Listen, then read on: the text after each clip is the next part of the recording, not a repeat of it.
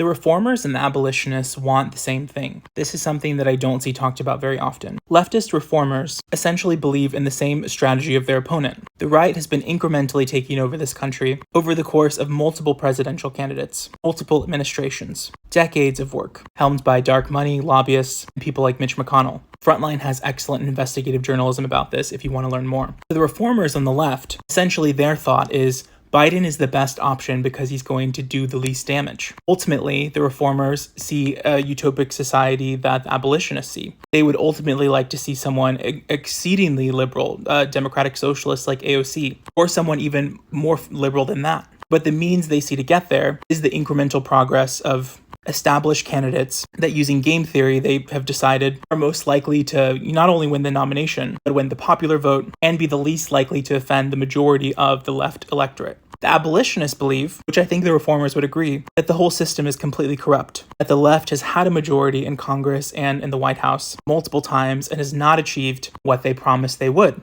Not only that, but endless gridlock from their Republican colleagues makes it so that even if they did want to achieve all of the things they promised, it's likely to be forever held up in committee hearings, or worse, if it passes through, a very conservative Supreme Court could just undo it or make its implementation vastly more difficult, as we've seen recently with the decisions on affirmative action, Biden's student loan forgiveness plan, and the web designer discrimination case, in which the plaintiff was fictional.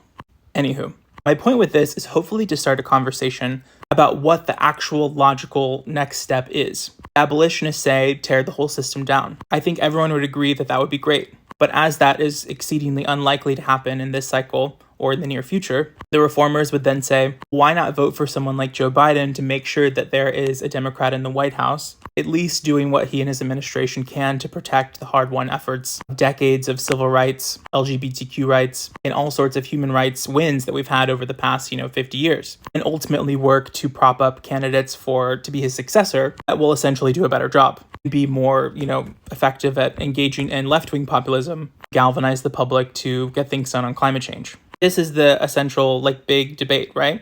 And I think where a lot of political organizers, especially those who work for the Democratic Party, get frustrated is that abolitionists, and I would like to say that I completely am on both sides. I don't know what the right answer is. But I think where a lot of people get frustrated is that the abolitionists then vote for a third-party candidate who's likely not going to win because that's exceedingly statistically just unlikely, which in the past has led to either a narrow victory for conservatives or an unnecessarily tight race, and not only in state Senate races, state House races, but also in national races. So just like the right, there are so many fractions within the left have the same end goal, but essentially have a lot of arguments of how to get there.